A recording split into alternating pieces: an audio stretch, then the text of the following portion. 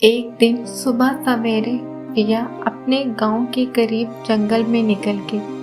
وہ ایک رنگ برنگی تتلی کا پیچھا کر رہی تھی۔ وہ جنگل میں گہرائی تک چلی گئی، یہاں تک کہ اسے احساس ہوا کہ اب وہ واپس جانے کا راستہ نہیں جانتی۔ لمبے لمبے درخت ہوا کے ساتھ سرسرانے لگے اور جنگل میں ایک عجیب سی خاموشی چھا گئی۔ اسی وقت فیا نے دو پرانے درختوں کے بیچ ہلکی سی روشنی دیکھی۔ تجسس میں وہ دھیرے دھیرے چلتی ہوئی قریب گئی۔ وہاں ایک چھوٹا سا چمکتا ہوا دروازہ تھا جو بیلوں سے ڈھکا ہوا تھا۔ فیا نے بغیر سوچے نرمی سے دروازہ کھول دیا۔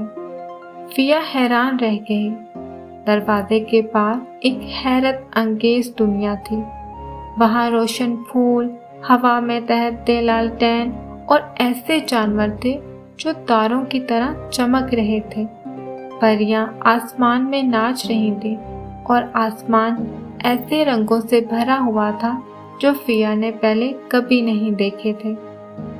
اس جادوئی سلطنت کے درمیان ایک خوبصورت پری کھڑی تھی، شہزادی لیزا، جس کے سنہری پروں اور چاندنی سے بنے تاج نے اسے بہت خاص بنا دیا تھا۔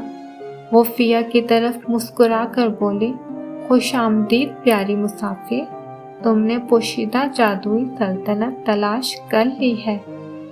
فیا نے حیرت سے کہا، یہ کتنی خوبصورت جگہ ہے، لیکن میں راستہ بھول گئی ہوں۔ شہزادی لیزا نے نرمی سے اس کا ہاتھ تھام کر کہا، فکر نہ کرو، جنگل میں تمہیں یہاں کسی خاص وجہ سے بھیجا ہے۔ نیک دل ہمیشہ اپنا راستہ پا لیتے ہیں۔ پھر لیزا نے فیا کو ایک جگمگاتا ہوا پھول دیا۔ جب تم واپس جانا چاہو، یہ پھول تمہیں راستہ دکھائے گا۔ شکر گزار دل اور چمکتی آنکھوں کے ساتھ فیا نے دروازے سے واپس نکلی۔ وہ جادوئی پھول راستے میں روشنی بکھیرتا رہا۔ اس دن کے بعد فیا کو جنگل سے کبھی ڈر نہ لگا، کیونکہ اب وہ جان گئی تھی کہ درختوں کے پیچھے دوستی اور جادو چھپا ہوتا ہے۔ اگر آپ کو کہانی پسند آئی تو لائک، شیئر اور سبسکرائب ضرور کریں۔ اگلی کہانی میں ملتے ہیں۔